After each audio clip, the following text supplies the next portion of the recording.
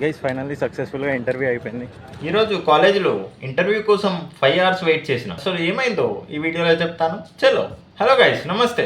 ఈరోజు కాలేజ్ ఉన్నదని పొద్దున్నే లేచి కాలేజ్కి అయితే స్టార్ట్ అయిపోయాను. ఈరోజు సాటర్డే కాబట్టి ఎవరికి క్లాసెస్ అయితే ఉండవు, అందుకే రష్ అయితే లేకుండే. దారిలో తినేసి ఇంకా క్లాస్కి టైం ఉన్నదని ఆర్ట్స్ బ్లాక్కి అయితే పోయినా. దాంట్లో కాసేపు ఉండి కాలేజ్కి అయితే రీచ్ అయిపోయినా. ఇక క్లాస్కి పోయి చూస్తే ఎంత టైం అయినా ఎవరు వస్తలేరు. మా దోస్త్కి కాల్ చేస్తే క్లాస్ క్యాన్సిల్ అయింది అని అన్నాడు. మీకు కూడా ఇలా ఎప్పుడైనా జరిగితే కమెంట్లో చెప్పండి. నాకు వేరే ఇంటర్వ్యూ అయితే ఉండే, అందుకే ఖాళీ క్లాస్లో కూర్చొని నా వర్క్స్ అయితే చేసుకున్నా. ఆ ఇంటర్వ్యూ నాకు 3:30కి అయితే షెడ్యూల్ చేశారు. క్లాస్లో ఏసీ ఉండడం వల్ల 5 అవర్స్ క్లాస్లోనే ఉన్నా.